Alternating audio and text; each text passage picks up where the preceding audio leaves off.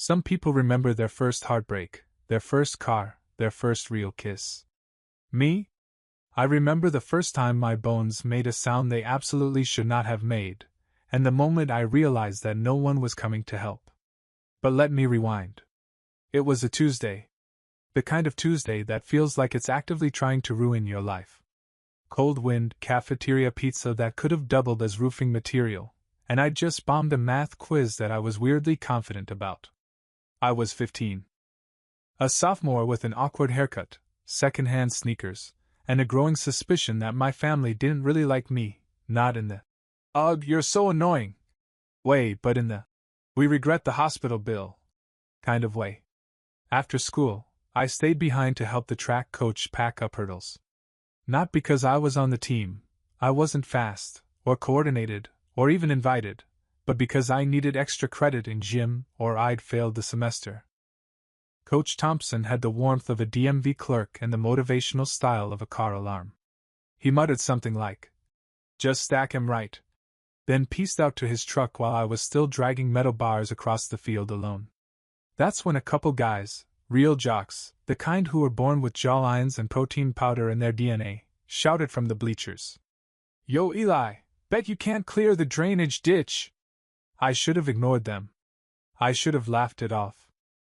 But being 15 is like living in a constant state of identity crisis and testosterone poisoning. So obviously I backed up, sprinted full speed, and launched myself at the shallow cement trench behind the gym. Spoiler: I did not clear it. My right foot caught the edge. My body twisted. And I landed arm first with the elegance of a sack of potatoes tossed from a moving truck. There was a snap. Not a metaphorical snap. A literal, gut-churning, cartoonishly loud snap. My vision blurred. I tasted metal. My fingers curled against my will like they were trying to do the wave, but individually. I lay there for a second, staring at the gray sky, waiting for something, a teacher, a friend, divine intervention, even a squirrel with a cell phone. Nothing. The jocks? They laughed. Then bailed. So I pulled out my cracked flip phone, hands shaking, thumb covered in dirt and regret. I had one bar. Just one. I dialed home. 3 rings. 4.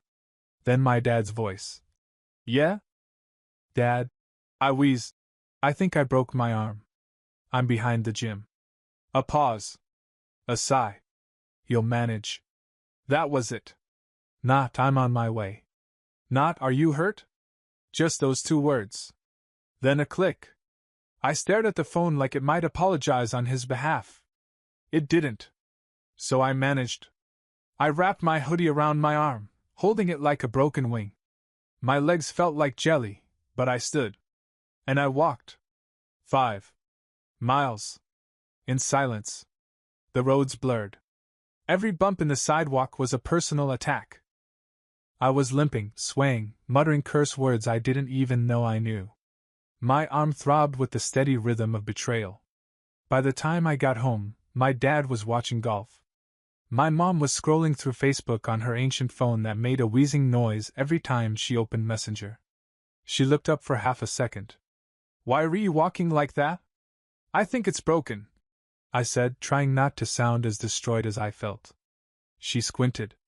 "Don't be dramatic." No one checked. No one touched my arm. No one even asked me what happened. The next morning, I took the city bus to the ER by myself. My forearm had swollen to the size of a burrito and was turning the kind of purple that usually gets cartoon characters sued. The doctor looked horrified.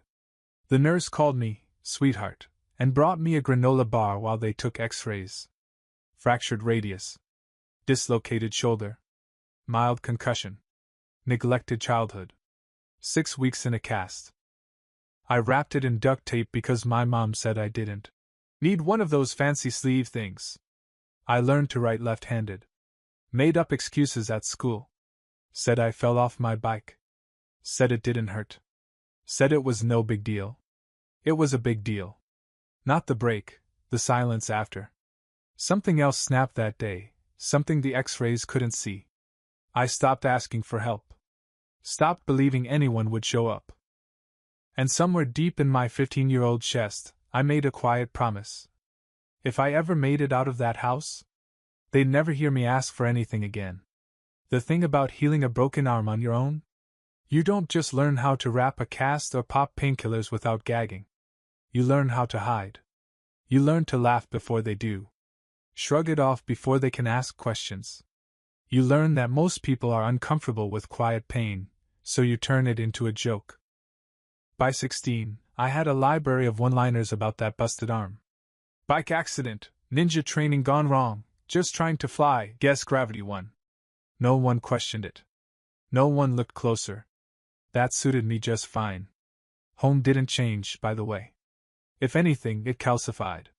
My mom still spent more time arguing with strangers on Facebook than talking to me. My dad's greatest contribution to my life was, "Don't use the good towels." So I got a job. Not the, "my parents want me to learn responsibility" kind of job. The need food, need bus fare, need out kind. I stocked shelves at Calhoun's Grocery on 5th and Maple. Minimum wage, backaches, and a manager named Kurt who spoke only in passive-aggressive sighs. But it was mine. I saved every penny in a coffee tin hidden behind a stack of old schoolbooks. Labeled it, "Eject Button." Some kids dreamed about prom, or spring break, or getting their license. I dreamed about a one-bedroom with no yelling and a working lock. School was just survival. I wasn't a loner by choice. It's just hard to make friends when your default facial expression is, "Please don't ask about my home life." I kept my head down, ate lunch in the art room, and turned in assignments early so teachers would leave me alone. But something weird happened junior year. I liked anatomy. Actually liked it. Mrs. Wyatt was this chain-smoking legend of a teacher who wore orthopedic shoes and called everyone kiddo. She had zero patience for slackers, but she once caught me staying after class tracing muscle groups from the textbook, and instead of mocking me like my dad would've, she just said, "You ever think about medicine, Eli?" I laughed. She didn't. "Seriously," she said, "you've got a brain for it. And you actually give a damn. That's rare." That one sentence cracked something open in me. A small light. A maybe. I started paying attention. Not just to her, but to what I liked. I volunteered for lab setups. Took home extra worksheets. Checked out anatomy books from the library and read them like they were survival manuals, which, in a way, they were. Senior year, I applied to 3 colleges. In secret. I knew my parents wouldn't help. They'd barely helped with dinner. But I figured, maybe. Community college was the goal. Tuition was low, and I could keep working. I didn't dream of white coats or prestige. I just wanted a seat at the table. A future that didn't smell like spilled beer and broken promises. The acceptance letter came in the mail one rainy Thursday. I didn't even know it had arrived. My mom had dropped the whole mail stack in the corner like usual, unopened bills, junk flyers, and buried in the middle, a thin envelope with my name on it. I pulled it out with shaky fingers, heart already preparing for a no. But it wasn't. I opened it in the back of the store, surrounded by pallets of canned corn.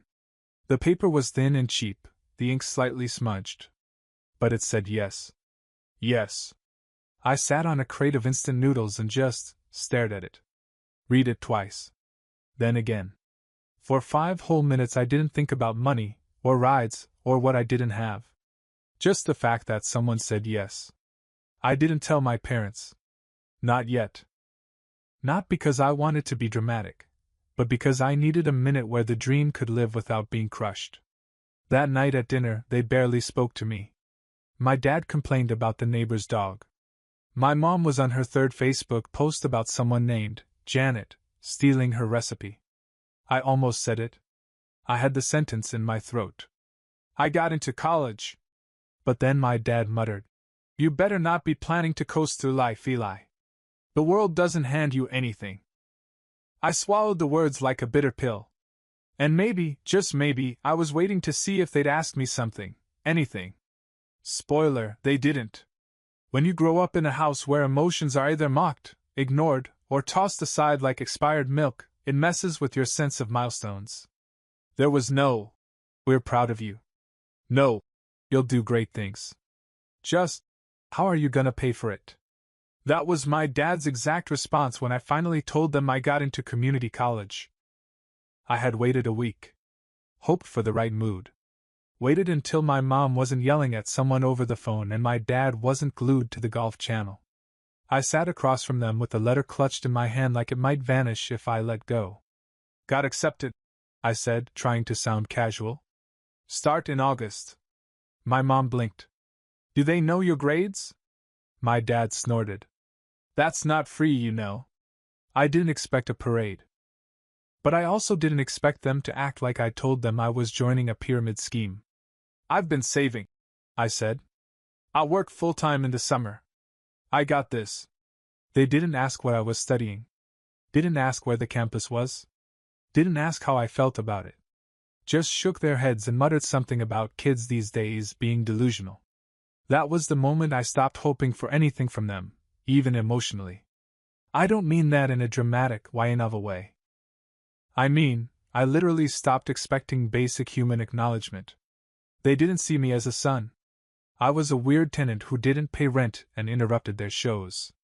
So when moving day came, I didn't bother asking for help. I loaded everything I owned into 2 busted laundry baskets and 1 dented duffel bag. Took the city bus with a backpack on my lap and the duct tape bin at my feet. It was raining. Because of course it was. The dorm wasn't much, a shared room the size of a walk-in closet with squeaky twin beds, paper-thin walls, and a heater that sounded like it was clearing its throat every hour. But it was mine. Or at least not theirs. My roommate, Darnell, was a photography major with a nervous laugh and 3 succulents he named after Star Trek characters. He offered me half his Pop-Tarts and said, "Welcome to the rest of your life, bro." It was the first kind welcome I'd had in years. I didn't tell my parents I'd made it. Didn't send a picture. Didn't call. They didn't reach out either, not the first day, not the first week. Honestly, it was kind of a relief. Silence was easier than pretending we had something to say to each other. I worked nights at the campus library, scanning IDs and restocking printer paper. Took anatomy, biology, and human physiology. I was bad at chemistry, like cartoonishly bad, but I showed up early to every tutoring session and clawed my way through. I lived off instant noodles, old textbooks, and free granola bars from student services. But I was doing it. Slowly, painfully, and with the kind of stubbornness only a neglected kid can develop, I was becoming something. My professors noticed. One of them, Dr. Shah, pulled me aside after class one day and said, "You've got something sharp behind your eyes. You're not just trying to pass, you want to understand." I told her I wanted to go into emergency medicine. She nodded like she already knew. When my first semester ended, I had a 3.8 GPA. I printed out the grade sheet and taped it to the wall above my desk. Not to brag, no one ever came by, just to remind myself it was real. Sometimes I'd look at it after a long shift and just whisper, "I'm not crazy." Because that's the thing, right? When people treat you like you're lazy, or useless, or overdramatic for long enough, you start to believe it. But now, I had proof. Tangible, ink on paper proof that I could do something more. And not once did I pick up the phone to share it with them. Because by then, I knew something I hadn't before. Their silence was permanent. And I wasn't going to beg them to break it.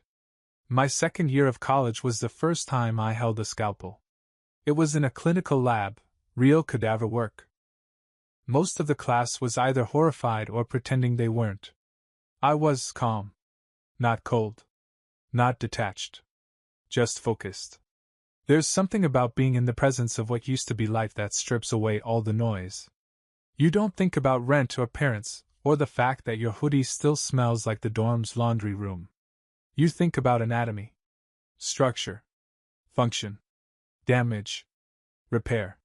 And for the first time in my life, I wasn't just reacting to pain, I was learning how to treat it. Dr. Shah, yeah, the same professor who said I had something sharp behind my eyes, noticed. By the end of that year, she pulled me aside and said, I'm nominating you for the EMT Fast Track program. If you want it. Want it? I would have volunteered to sleep on a stretcher if it meant getting closer to the ER. That summer I trained on trauma dummies, practiced intubation, did CPR on mannequins that always looked way too chill for being in cardiac arrest. My partner, a guy named Leo, used to say, "Man, you're way too calm. You were born for this." I never told him it wasn't calmness, it was desperation. Desperation to be useful. Needed. Worth something. My first real emergency call came on a Friday. A car crash on the edge of town. 2 vehicles. One flipped. Blood on the pavement like someone had spilled cherry soda across the asphalt. It was chaos. Screaming. Smoke. Horns blaring like alarms. My hands didn't shake. We stabilized the teen with a collapsed lung. I held pressure on a wound for 10 straight minutes while the fire crew cut the door open. When we got to the hospital, the attending doc looked me over and said, "You planning to go med?" I nodded, trying not to pass out from adrenaline. "Then keep going," he said. "You've got hands." That was the moment I knew, like really knew, I wasn't just surviving anymore. I was building something. That year, I applied to 4 med schools. Got 2 rejections, 1 waitlist and 1 yes from a small but scrappy program with an accelerated emergency track. I cried for 5 minutes in the bathroom stall at work, wiped my face, then went right back to restocking tongue depressors. I never told my parents. They hadn't spoken to me in over a year. Not out of malice, just apathy. My mom had texted once something like, "Did you take the blender?" Months later, my dad sent a group message to the whole family about some cousin's wedding. Didn't even use my name. I didn't reply. By then, I'd learned a weird truth. Sometimes silence isn't just absence. It's a boundary. And in my case, it was the safest one I had. Med school was brutal. Don't let anyone romanticize it. I pulled 20-hour days, lived off coffee and adrenaline, and watched classmates drop out one by one. But I clung to it. Clung hard. And slowly, people started to know my name, not because of pity, but because of performance. I made it onto a trauma rotation during my 2nd year, unheard of. I assisted on my first chest tube. Responded to my first code blue. Held a mother's hand while her son coded behind the curtain. I didn't freeze. I didn't fold. I functioned. And every time I left that hospital, badge around my neck, scrub stained, body buzzing, I thought about that 15-year-old kid walking 5 miles with a shattered arm and no ride. I don't think I forgave my parents. But I stopped waiting for them to care. By the time med school ended, my classmates were burnt toast. Charred, crispy, and barely able to blink without caffeine. I was too, but there was something else burning inside me. Not bitterness. Not revenge. Just clarity. I ranked trauma surgery as my number 1 for residency. Everyone told me it was brutal. Longest hours, worst cases, least sleep. Perfect. I was used to all of that already. When the match letter arrived, I didn't open it right away. I took it to the roof of the hospital where I worked nights. Sat with my knees pulled up and my badge still around my neck. It was 6:12 a.m. The sun was rising. Birds were chirping like they didn't care about my future one bit. I opened it. Matched. Level 1 Trauma Center. Full rotation. My top choice. I didn't scream. Didn't cry. Didn't even fist pump. I just whispered, "I'm still here." Because honestly, that was the victory. Not med school. Not the program. Me. Still standing. The first time my name was stitched into my coat, I stared at it for 10 minutes.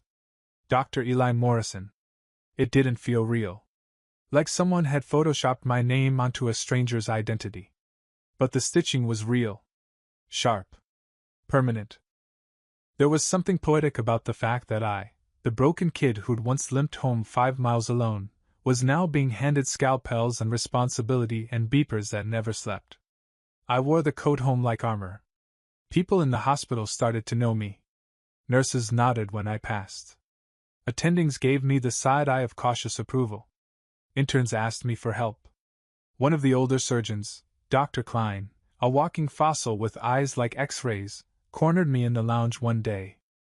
Said, "You're the quiet one, aren't you?" I nodded.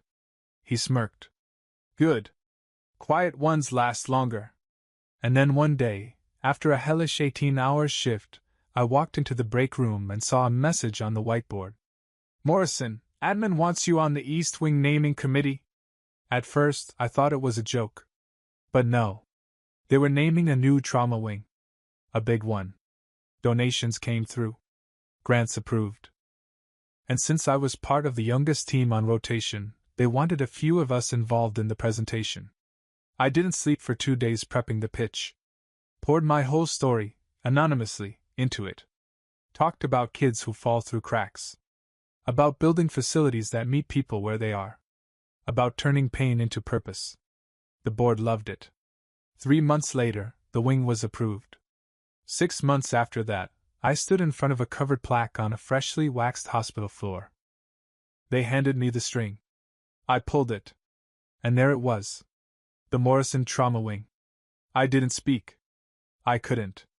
Just stood there, chest tight, eyes blinking hard against the lights. Someone in the back clapped. Then the rest joined. I stayed quiet the whole time.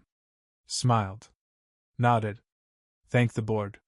Then went back to work like nothing happened. But later that night, in the on-call room, I pulled out my phone. No texts. No missed calls. Just me. My name.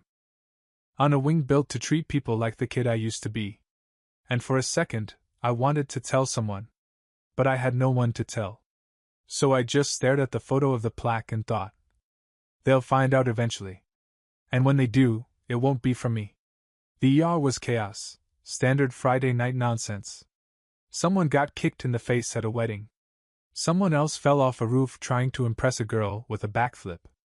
A third guy got his hand stuck in a Pringles can and refused to let us cut it. I was running on 4 hours of sleep and half a protein bar I'd stolen from the nurse's lounge. Another 12-hour shift, and no end in sight.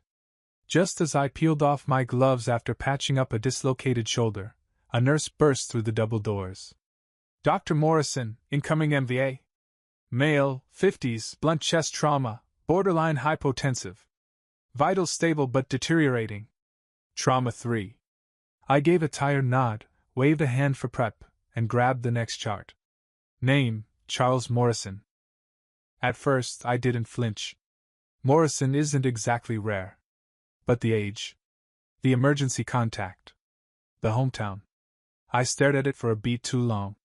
Then I turned the page. Janice Morrison. I felt the air around me thin out. The kind of pressure that squeezes your ribs and makes your ears ring. No way. It couldn't be. I walked into Trauma 3 with my chest caved in from the inside. And there he was. My dad. More gray, more wrinkles, same furrowed brow and jaw that always looked clenched, even while unconscious. He was strapped to a gurney, chest bruised, oxygen line running under his nose, moaning faintly with every breath. Next to him, pacing like she had somewhere better to be, was my mother. Same haircut.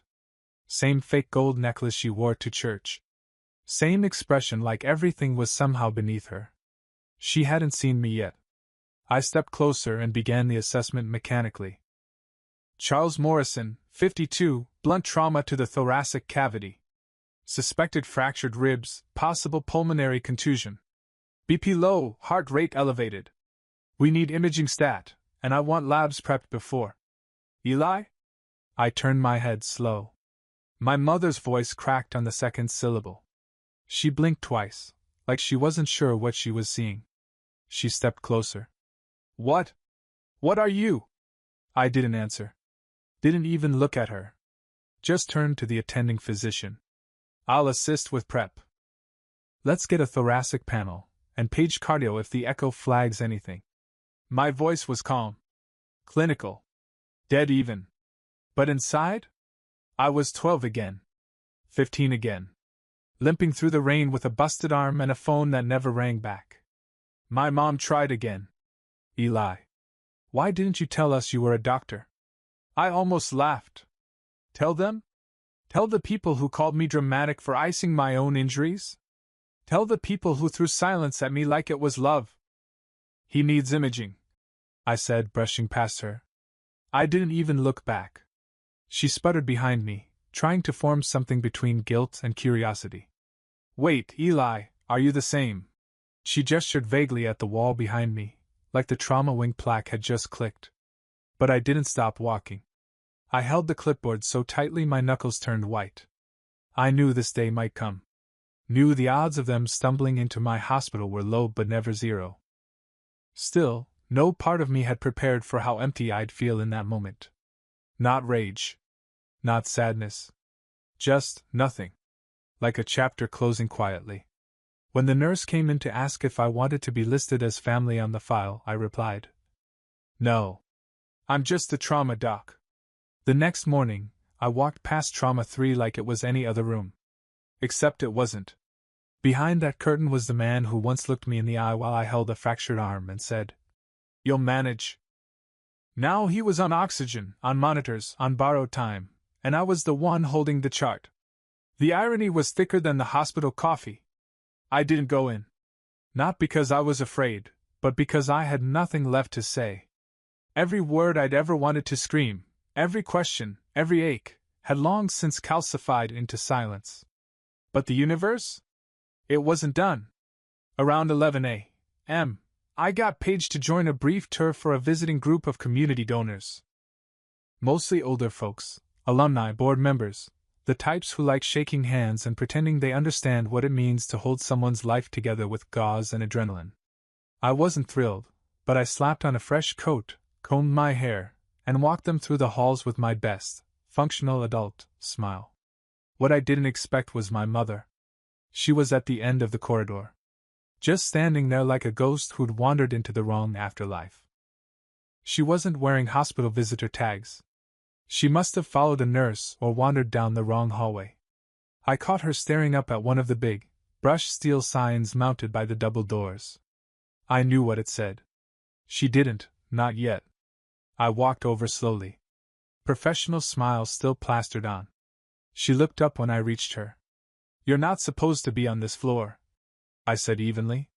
I was looking for the cafeteria," she said. She wasn't. We both knew it. Her eyes drifted back to the plaque. The Morrison Trauma Wing. Established 20XX. In honor of perseverance, resilience, and care that cannot be taught, only lived. Below that, a small engraving. Dr. Eli Morrison, M.D. She stared at it like it was a trick. Like she expected Ashton Kutcher to pop out and yell, "Punked! This is you?" she finally said. I turned slightly. "You read it. You funded this?" "Contributed," I replied. "And helped design it. I wanted it built right. For people like me." Her face did this twitch, like her features were trying to form emotion but weren't used to the muscle movement. "We didn't know," she said softly. "I know." There was a long silence. The kind that stretches across years, not seconds. "Your father," she started. He's proud, you know." I looked her dead in the eye. "No, he's not. He doesn't know how to be." She blinked, as if slapped by honesty for the first time in decades. "And you," I added, voice still calm. "You had 100 chances. 100 missed birthdays. 100 ignored texts. You knew where I was." She swallowed. "We thought, maybe you didn't want us anymore." That made me laugh. A dry, almost bitter laugh. "You left long before I ever could." I didn't raise my voice. I didn't cry. I didn't rage. That was the part that surprised me most. I thought I'd feel something powerful, triumphant maybe. Or vindicated. But instead, I just felt done. Like this conversation was the last page in a chapter one hadn't realized was still open. "I have a shift," I said, stepping past her. "Eli, wait." I paused but didn't turn. "We want to fix this."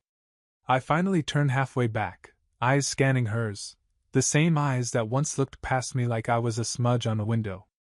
"You want to fix it," I said. Because now you can see what it cost you. I walked away. Not out of anger, but because there was nothing else to salvage. 3 days after the plaque, my dad was discharged. No grand gesture. No thanks. Not even a nod. He didn't look at me once on his way out. Walked past the nurses, 4 out, wristband off, and head down, like a man trying not to drown in his own silence. My mom trailed behind him, purse clutched like a shield. She looked at me just before the elevator doors closed. I didn't smile. Didn't wave. Didn't say goodbye. I went back to my rounds. The next week was a blur. A teen overdose.